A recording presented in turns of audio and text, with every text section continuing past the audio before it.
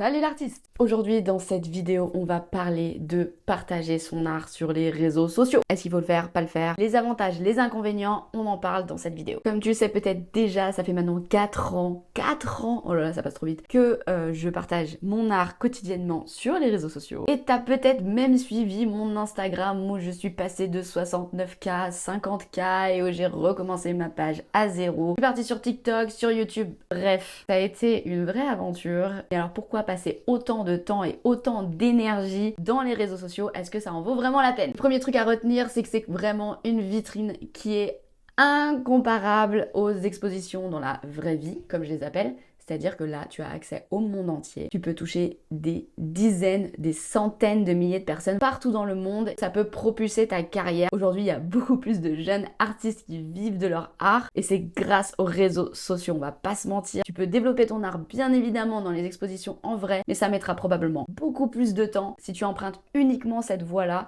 que si tu passes en parallèle aussi par les réseaux sociaux. Un petit conseil, si tu veux te mettre sur les réseaux, personnellement, je n'oublie jamais que TikTok et YouTube paye ses influenceurs, chose que Instagram ne fait pas en France aujourd'hui. Donc, quitte à miser sur une plateforme, tu republies le même contenu de ton Instagram sur ton TikTok et sur ton YouTube. Enfin, voilà, autant le faire sur ceux qui payent. Si tu mises uniquement sur Instagram, il va se passer probablement ce qui s'est passé pour moi, c'est-à-dire que pendant 3 ans, je publiais du contenu pratiquement quotidiennement. Un jour, j'ai percé, j'ai fait des millions de vues, j'ai gagné 60K en 2 mois, c'était pump et up. Les topos, 0 € à la fin. Crois-moi que c'est déprimant. Tu fais la même chose sur TikTok, tu gagnes des sous. Tu fais la même chose sur YouTube. Voilà. Ça te permet en plus de discuter avec d'autres artistes, de rencontrer du monde, d'échanger, ça va développer ta créativité, te donner des nouvelles idées, même de projets tout simplement. Et au-delà des ventes de tes tableaux et la monétisation des plateformes, tu peux bien sûr profiter de tout ce qui est partenariat avec des marques qui est vraiment non négligeable dans ta pratique. Et la bonne nouvelle dans tout ça, c'est que tu n'as pas besoin de venir d'une école d'art ou de connaître du monde dans le domaine de l'art. Tu peux juste avoir un téléphone qui filme, tu n'as même pas besoin de micro et poster ton art et terminer en fait. Tout le monde a sa chance. Maintenant, il y a forcément des côtés négatifs. C'est pas tous les jours facile. Pour que ça marche, il faut suivre l'algorithme. Il faut poster régulièrement, c'est-à-dire qu'il faut créer du contenu, mais il faut avoir du contenu. Et comme tu sais très bien si t'es artiste, c'est que tu choisis pas toujours quand est-ce que t'es inspiré et peut-être qu'il va se passer 3 mois où en fait t'as absolument pas envie de peindre, de dessiner ou quoi que ce soit. Donc qu'est-ce que tu vas poster sur tes réseaux sociaux? Ça peut mettre un petit coup de pression et pousser certains artistes à créer alors qu'ils n'ont pas envie de créer. Chose qui, si tu vas dans l'extrême, peut finir de te dégoûter de ta pratique d'artiste. Et c'est vraiment pas le but. Aussi, je pense même que c'est pire que ça. C'est ceux qui vont créer des trucs parce qu'ils pensent que c'est ça que les gens veulent voir. Et du coup, ils vont faire des trucs très esthétiques pour les plateformes. Et là, vraiment, c'est cata total parce que tu perds ton âme d'artiste et ça sert plus à rien à mon avis. Tu dures 6 mois, 1 an, 2 ans max et après, c'est burn-out et tu remets en question toute ta vie, il n'y a plus rien qui... Donc, mes conseils, rappelle-toi tous les jours quand tu vas commencer une toile, pourquoi est-ce que tu vas la créer? Est-ce que c'est ton style? Est-ce que tu as envie de sortir de ton style? On s'en fout de ce que les gens vont penser. Vraiment, fais ce que toi, tu as envie de faire. Et si la pression des réseaux sociaux devient trop forte, il faut prendre un break. Ne fais surtout pas comme moi, c'est-à-dire tu accumules et après tu fais un burn-out total des réseaux sociaux. C'est ce que j'ai fait sur mon compte Insta. J'ai ghosté pendant 6 mois tout le monde, j'ai plus rien posté et quand je suis revenue c'était cata. J'avais perdu pratiquement 10 000 abonnés et je n'ai jamais pu la raviver, c'était mort. N'arrive pas à cet extrême parce que du coup ton burn-out sera trop gros. Autre truc sur lequel tu peux vraiment tomber dans le piège, c'est les chiffres. Les chiffres, les likes, les partages, les commentaires, les machins, les vues. Faut arrêter de se mettre la pression en fait, c'est un algorithme. Écoute, il faut savoir qu'il y a une page qui s'appelle The World's Famous Egg, je crois que c'est ça, où c'est juste un œuf, juste un œuf en fait. Et ce gars-là, la page, a des millions d'abonnés. Crois-moi, en tant que... Et je dis ça en toute humilité, ce n'est absolument pas pour me la péter, mais j'ai eu des vidéos qui ont fait des millions de vues, des millions de vues. Je les ai repostées, elles ont fait 1000 vues. J'ai réessayé, ça a refait 3000 vues. Et puis après, ça a refait 1000 vues. Puis après, ça fait 7000 vues.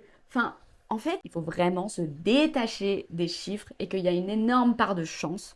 Il y a une énorme part de t'as posté au bon moment, les bonnes personnes ont réagi, blablabla, je sais pas, c'est leur algorithme qui fait qu'à un moment donné, ton post il va partir, il va faire un buzz, et le lendemain tu vas faire la même chose et ça va complètement foirer. Et il faut surtout pas le prendre personnellement, et encore moins le prendre vis-à-vis de ton art. Et c'est pas parce qu'il n'y a pas de like que les gens n'aiment pas. Je te le dis, j'ai recommencé un compte Instagram à zéro, mes publications, elles font que dalle de likes. Les 3 quarts du temps, j'ai moins de 100 likes, mais c'est pas grave. Je sais que c'est pas parce que ce que je fais c'est moche et que ça plaît pas, parce que la même chose que je publiais a eu un potentiel beaucoup plus élevé. C'est juste que aujourd'hui ma page elle explose pas pour plein d'autres raisons et c'est ok en fait. Donc les statistiques de tes posts ne définissent pas la valeur de ton art. Autre point, je dirais le plus gros dans tout ça, c'est vraiment gérer le syndrome de l'imposteur et faire face aux critiques. Enfin clairement, je pense que tout artiste a ultra peur de se faire critiquer sur son art. Pourquoi? Parce que notre art c'est hyper personnel, ça nous touche profondément. Donc forcément, on n'a pas envie d'avoir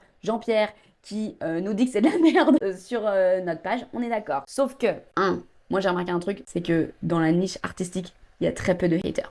Honnêtement, ça arrive, mais il y en a pas beaucoup. En tout cas, pas sur l'art. Ils vont peut-être te critiquer toi, mais ou ta manière de parler, de machin. Et bon, tout est critiquable pour les haters, mais moins l'art. Donc ça, c'est un bon point. Deuxièmement, il faut vraiment différencier les critiques constructives qui vont t'aider à t'améliorer. Le gars qui critique juste pour critiquer te dit c'est de la merde et c'est absolument pas construit. En fait, on s'en fout totalement. Il faut pas oublier que les gens qui critiquent comme ça, c'est des gens qui projettent leurs propres insécurités, leurs propres peurs, leurs propres échecs sur les autres. Souviens-toi d'un truc, tu ne te feras jamais critiquer ou juger par quelqu'un qui a fait plus que toi, qui a plus de succès ou qui a risqué plus que toi. Des critiques méchantes juste pour vider son sac qui ne valent rien, ce sera toujours par des gens qui ont fait moins que toi. Donc ça vaut rien en fait. Bon, c'est un sujet sur lequel on pourrait en parler pendant des heures, c'est super intéressant. Moi, mon point de vue, c'est qu'il faut passer toutes ces peurs, passer tous ces stress et poster sur les réseaux sociaux. Commence à monter ta page.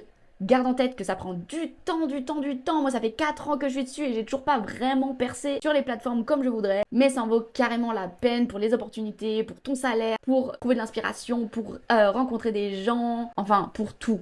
Donc go. Si tu veux en savoir plus sur ce sujet, j'ai écrit un article dessus. Il est sur mon site internet juliegazmo.com. Le lien est dans ma bio. Oui, je suis en train de flanter mes ongles parce que c'est le mois de février. Pas souvent que j'ai des ongles comme ça et je suis très satisfaite. Voilà. Bref, partage-moi tes pensées si toi t'as envie de poster sur les réseaux sociaux mais que t'as peur ou que tu as déjà fait, que t'as fait face à des critiques, machin, comment t'as géré, dis-moi tout dans les commentaires, on en parle. Bisous!